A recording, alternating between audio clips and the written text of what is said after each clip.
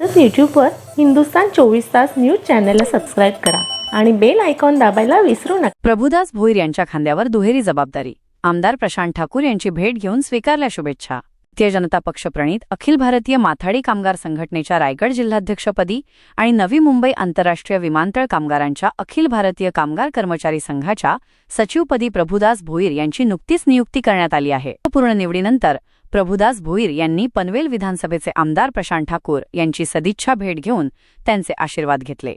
यावेळी आमदार ठाकूर यांनी भोईर यांचे अभिनंदन करून पुढील वाटचालीस शुभेच्छा दिल्या। कामगारांच्या प्रश्नांना मिळणार न्याय। प्रभुदास भोईर यांची कामगार क्षेत्रातील सक्रियता आणि संघटनेप्रती असलेली निष्ठा पाहून त्यांच्यावर ही दुहेरी जबाबदारी सोपवण्यात आली आहे। आमदार प्रशांत ठाकूर यांच्या मार्गदर्शनाखाली नवी मुंबई आणि रायगड जिल्ह्यातील माथाडी तसेच विमानतळ प्रकल्पातील कामगारांचे प्रलंबित प्रश्न मार्गी लावण्यासाठी ही निवड अत्यंत महत्त्वाची मानली जात आहे।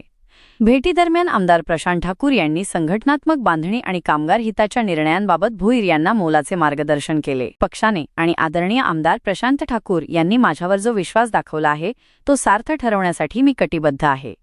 माथाडी कामगार आणि विमानतळ बाधित कामगारांच्या हक्कासाठी, त्यांच्या सुरक्षिततेसाठी आणि न्याय्य मागण्यांसाठी संघटना अधिक आक्रमकपणे कार्य करेल, असा विश्वास प्रभुदास भोईर यांनी यावेळी व्यक्त केला।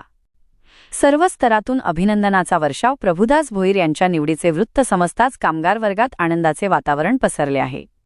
सामाजिक आणि राजकीय क्षेत्रातील मान्यवरांसह कार्यकर्त्यांनी त्यांचे अभिनंदन केले आहे।